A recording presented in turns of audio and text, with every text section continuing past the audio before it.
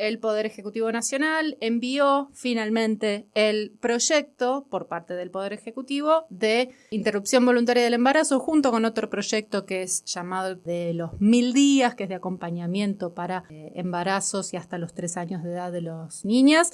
Y también está el proyecto de la campaña nacional por el aborto seguro, legal y gratuito, que ya está en el Congreso y se van a tratar ambos en sesiones extraordinarias, según tenemos entendido. Y por eso queríamos hablar con, una integrante de una de las organizaciones feministas de acá de la región, de la colectiva feminista Comechingona, con Lorena Sol Tenaglia. Buenos días, Sol, ¿cómo estás? Buenos días a todos, ¿cómo estamos? Bien, muy bien. Acá, expectantes, y quería consultarte justamente eso, cómo recibieron en la colectiva, en las organizaciones feministas, la noticia de que por fin llegó el proyecto al Congreso, este proyecto. Bien, les cuento que la colectiva feminista Comechingona es parte de la campaña nacional por el derecho al aborto legal, seguro y gratuito, en la regional San Luis, Merlo, Villa Mercedes y Tras la Sierra. Bien. Por supuesto que saludamos el envío del proyecto del Ejecutivo Nacional, pero también remarcamos que en mayo de 2019 la campaña presentó un proyecto y que claramente el pedido es que se traten de manera urgente ambos proyectos. Claro. A ver, si bien los proyectos son similares en muchos puntos, tienen otros, por supuesto, que nosotras, desde la militancia, desde el feminismo y sobre todo desde el acompañamiento constante y el monitoreo que hacemos al respecto, vemos con mucha preocupación, por ejemplo, la objeción de conciencia. Claro, eso te iba a preguntar. Hay puntos que son discutibles, que no coinciden con el proyecto de la campaña, ¿verdad? Sí, Cecilia, sobre todo, imagínate, porque esto lo hablamos muchas veces en Miravoz, imagínate que hoy la ILE, en la interrupción legal del embarazo, es ley, está normativizada, y sin embargo, día tras día nos llegan casos en donde no se cumple la ley. Sobre todo, volviendo, que si estamos pensando en una ley que sea federal, por supuesto, hay que contemplar cuáles son las realidades sociales, sanitarias y de otras índoles más subjetivas que se desarrollan en el interior. Claro. En el interior del interior, en esos lugares recónditos donde realmente poder llevar a cabo la objeción de conciencia con las contemplaciones que tiene es muy dificultoso. Claro. Y termina, por supuesto, extendiendo plazos que también están normativizados dentro del proyecto. Claro. Entonces, si ya nos resulta muy difícil que se cumpla con una ley que está en vigencia como la ILE, entendemos que nuevamente la tarea de los movimientos feministas va a ser acompañar, en vez de ILES, vamos a tener que acompañar IBES en el reclamo de la aplicación de un derecho. Sí, que, en este caso estás hablando, la ILE, la interrupción legal, es legal. Exacto. Desde principios del siglo XX prácticamente.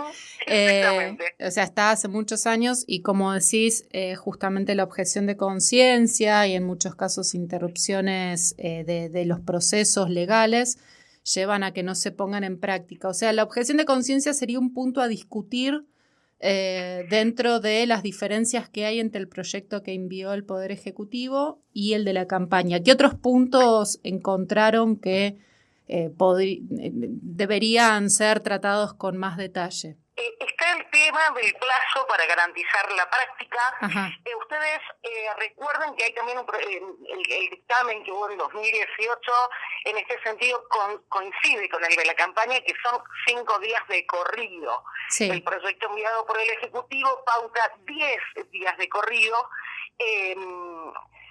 E insisto con lo mismo, el problema mayor no van a ser los grandes conglomerados urbanos. No, claro. El problema mayor territorialmente lo vemos en los lugares del interior, sobre todo, en el norte de nuestro país, donde aparte sabemos, por eso yo me refería al principio, sobre temas que pasan por la subjetividad, ¿no? Uh-huh. Hemos visto caravanas que se han realizado en el norte provincial para impedir la práctica de una ILE. Sí.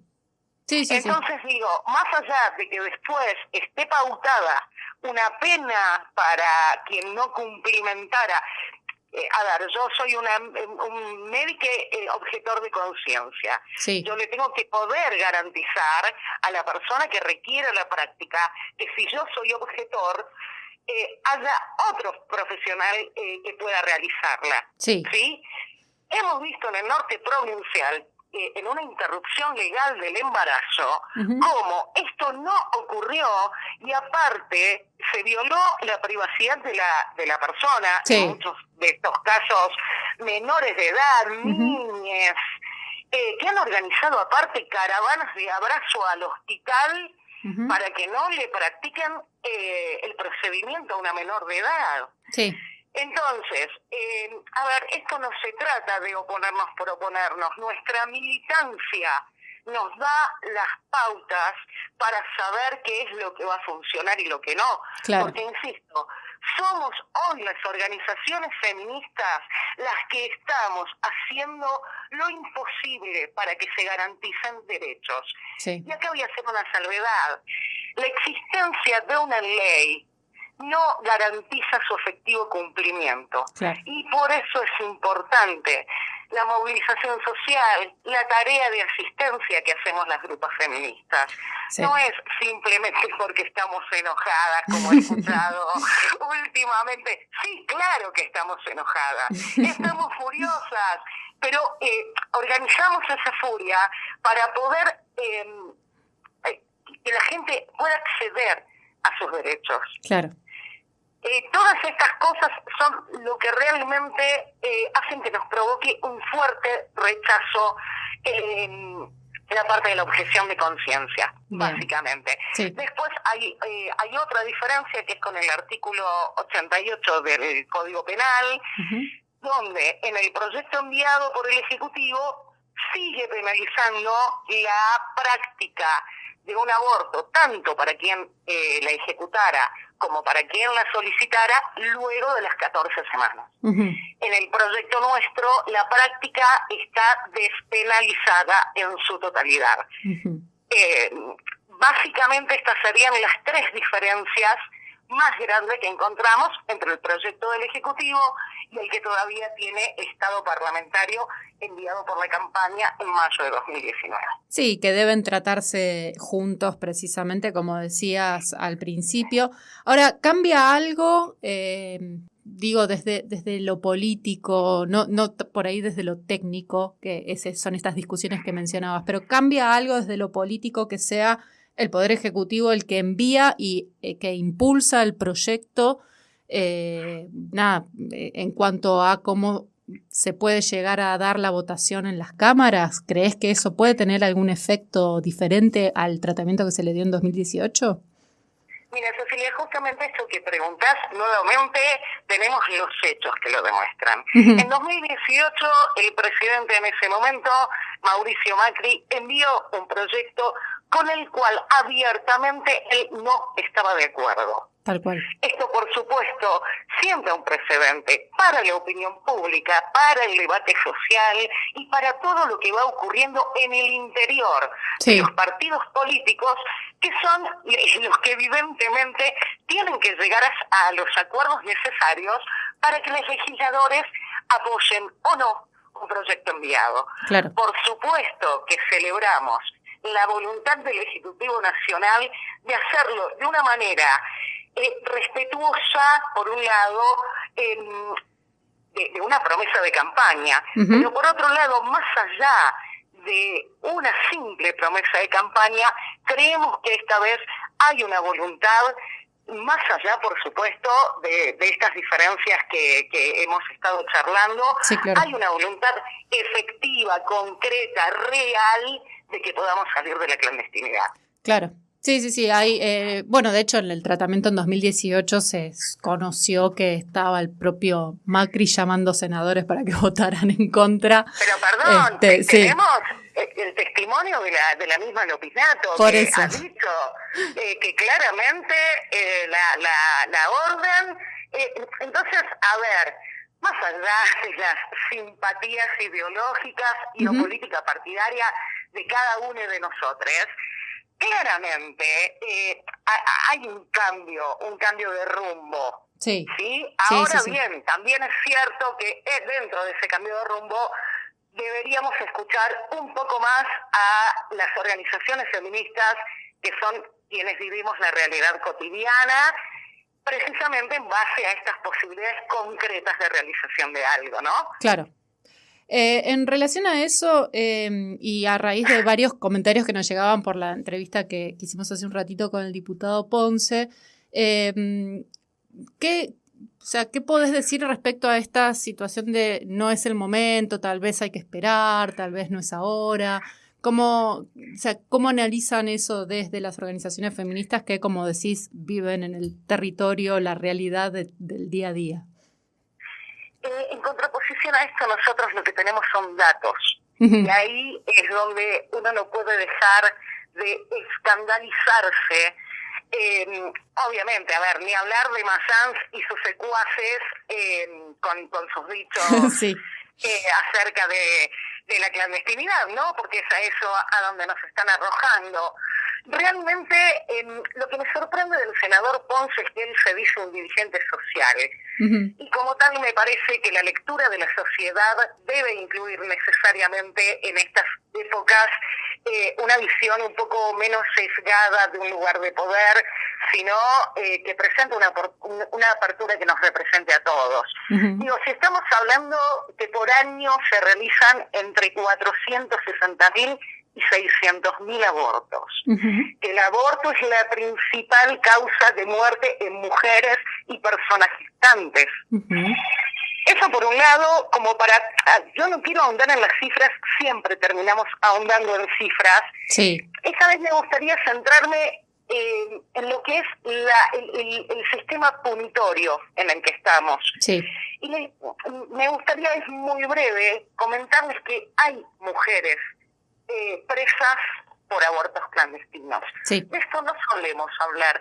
Nadie suele hablar a dónde son arrojadas las mujeres que por eventos obstétricos de diferente índole o por abortos clandestinos mal practicados terminan presas.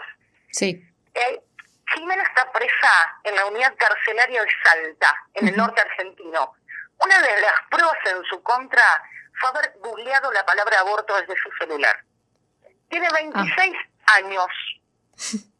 Y hace 4 años que está presa. Está condenada a 15 años de prisión después de que dio a luz en la letrina de su casa. Claro. Ella creyó que estaba dando a luz un recién nacido muerto. No la creyeron, la juzgaron y la condenaron. Claro. Por ejemplo, Eliana está detenida en San Juan con un castigo de prisión perpetua después de haber quedado embarazada producto de una violación y haber tenido un parto en el fondo de su casa. Estas son las situaciones reales. Y el problema de fondo en esto es que las que van presas 15 años son las pobres, las que se mueren son las pobres.